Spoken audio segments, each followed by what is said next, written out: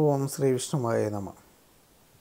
എല്ലാവർക്കും വിഷ്ണുമായുടെയും കരിങ്കുട്ടിയുടെയും ഗുരുമുത്തന്മാരുടെയും അനുഗ്രഹം എല്ലാവർക്കും ഉണ്ടാവട്ടെ. ഞാൻ പറയണതെന്ന് വെച്ചിട്ടുണ്ടെങ്കിൽ നമ്മൾ കർമ്മം ചെയ്യുമ്പോഴും അല്ലെങ്കിൽ കലശം എന്ന് വെച്ചിട്ടുണ്ടെങ്കിൽ കലശം എന്ന് പറയുമ്പോൾ നമുക്ക് ഏറ്റവും പ്രധാനപ്പെട്ടത് വാവിൻ്റെ സമയത്തുള്ള കലശവും കാര്യങ്ങളാണ് പറയണത്.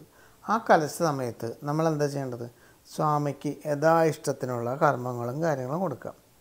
ഒരു കുപ്പി കൊടുക്കുക, ഒരു നേദ്യം കൊടുക്കുക, കാര്യങ്ങളൊക്കെ ഓക്കെ. പക്ഷേ അതിൻ്റെ ഒപ്പം തന്നെ യഥാശക്തി വെച്ചുകൊണ്ട് എന്തൊക്കെ ചെയ്യണം, എങ്ങനെയൊക്കെ ചെയ്യണം എന്നുള്ള കാര്യങ്ങൾ നമുക്കൊരു ഗുരുവിൻ്റെ ഉപദേശമില്ലാതെ ഒരു കാരണവശാലും നമ്മൾ ചെയ്യാൻ പാടില്ല. ആ ചെയ്യുന്ന ആൾക്കാർക്കാണ് ഏറ്റവും കൂടുതൽ പ്രശ്നം. എന്ന് വെച്ചിട്ടുണ്ടെങ്കിൽ ഗുരുവിൻ്റെ ഉപദേശമില്ല, ഒരു മന്ത്രവും ഇല്ല, ഒന്നുമില്ലാതെ സ്വന്തമായിട്ട് ചെയ്യുന്ന ആൾക്കാർക്കാണ് ഏറ്റവും കൂടുതൽ പ്രശ്നം. ചെയ്യുന്ന ആൾക്കാർക്കാണെങ്കിൽ പോലും ഗുരു പറയുന്ന രീതിക്ക് കൃത്യമായിട്ട് ചെയ്തു പോകുന്ന ഒരാൾക്കും ഇന്നേ വരെയായിട്ടൊരു പ്രശ്നം ഉണ്ടായതോ അതിൻ്റെ പ്രശ്നങ്ങളോ കാര്യങ്ങളെ പറ്റി ഞാൻ ഇന്നേ വരെയായിട്ട് കേട്ടിട്ടില്ല.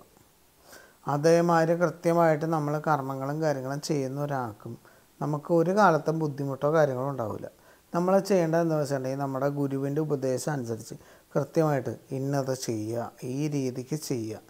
അങ്ങനെ ചെയ്ത് കഴിഞ്ഞിട്ട് നമുക്ക് ബുദ്ധിമുട്ടില്ല. എന്തൊക്കെ ചെയ്യേണ്ട കാര്യങ്ങളും കർമ്മങ്ങളും അവർ പറയുന്ന രീതിക്ക് നമ്മൾ ചെയ്യാം. പിന്നെ അതിൻ്റെ ഒപ്പം തന്നെ ദിഗ്ബന്ധനം, അങ്ങനെ കുറേ കാര്യങ്ങൾ നടക്കണ്ടായില്ലേ. വെറുതെ കൊണ്ടുവന്നുകൊണ്ട് നമ്മൾ കുറേ സാധനങ്ങൾ വെറുതെ കൊണ്ടുവന്ന് നമ്മുടെ മുമ്പിൽ വെക്കണമെന്നും വലിയ കാര്യമൊന്നുമില്ല. നമ്മൾ ചെയ്യുമ്പോൾ അതിൻ്റെ കൃത്യമായിട്ടുള്ള പൂജയും കാര്യങ്ങളും കർമ്മം പഠിച്ച് ചെയ്യുന്നതും കർമ്മം പഠിക്കാതെ ചെയ്യുന്നതും തമ്മിൽ ഭയങ്കര വ്യത്യാസമുണ്ട്. പഠിച്ച് ചെയ്യുന്നവന് അതിൻ്റേതായ മാറ്റം ഉണ്ടാവും. പഠിക്കാതെ ചെയ്യുന്നതിന് ഒന്നുമില്ല. സത്യം പറഞ്ഞു കഴിഞ്ഞാൽ ഒരക്ഷയില്ല. വെറുതെ കിടന്ന് അവൻ എന്തൊക്കെയോ ചെയ്ത് കൂട്ടുന്നു. അവന് ജന്മത്തെ ഒരു രക്ഷയില്ല. എന്തുകൊണ്ടത്? അവൻ പഠിച്ച് ചെയ്യാതിരിക്കുമ്പോഴാണ് അവന് ഏറ്റവും വലിയ പ്രശ്നം. ഞാൻ ഇത്രയും പറഞ്ഞത് തന്നെ, അവൻ പഠിച്ചല്ല അവൻ ചെയ്യണത്. അവൻ്റെ സ്വന്തം ഇഷ്ടപ്രകാരം ചെയ്യുന്ന കർമ്മങ്ങളും അവൻ ചെയ്യുന്ന കർമ്മങ്ങൾക്കിടെയാണ് അവൻ അനുഭവിക്കുന്നത്. അങ്ങനെയല്ല ചെയ്യേണ്ടത്. അവന് യഥാശക്തി വെച്ചുകൊണ്ട് ഒരു ഗുരുവിൻ്റെ ഉപദേശം വെച്ച് അവൻ ചെയ്യുമ്പോൾ അതിൻ്റെ മാറ്റം ഉണ്ടാവും.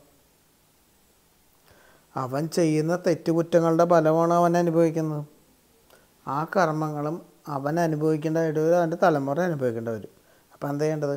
അവൻ യഥാശക്തി വെച്ചുകൊണ്ട് അവൻ നല്ല രീതിക്ക് പൂജയും കർമ്മങ്ങളും വെച്ചുകൊണ്ട് പഠിച്ച് ചെയ്യുകയാണെന്നുണ്ടെങ്കിൽ അവൻ്റെ കുടുംബത്തിനും അവൻ ചെയ്യുന്ന കർമ്മങ്ങൾക്കും അവന് മാറ്റമുണ്ട്. ഇല്ലാത്ത പക്ഷം അവൻ ചെയ്യുന്ന കർമ്മങ്ങളുടെ ദോഷങ്ങൾ എല്ലാവരും അനുഭവിക്കേണ്ടതായിട്ട് വരും. കുട്ടികളെ കളിക്കണ സംഭവമല്ല സ്വാമിയുടെ കേസ്. നമ്മൾ സ്വാമി എന്ന് വെച്ചിട്ടുണ്ടെങ്കിൽ ക്ഷിപ്രപ്രസാദി ക്ഷിപ്രകോപിയാണ്. വന്നു കഴിഞ്ഞാൽ സ്വാമി എല്ലാ കാര്യങ്ങളും നടത്തി തരും. അതേമാതിരി തന്നെ ക്ഷിപ്രകോപിയുമാണ്. അതുകൊണ്ട് തന്നെ ഞാൻ പറയാണ്, നല്ല രീതിക്ക് കർമ്മങ്ങളും കാര്യങ്ങളൊക്കെ പഠിച്ചുകൊണ്ട് യഥാശക്തി വെച്ച് പൂജയും കാര്യങ്ങളും ചെയ്യുക. പരീക്ഷണത്തിനായിട്ട് ഒരാൾ സ്വാമിനെ വെച്ചുകൊണ്ട് ഒരു കർമ്മം ചെയ്യരുത്. ഓം ശ്രീ വിഷ്ണുമായ നമ. കരിങ്കുട്ടി നമ.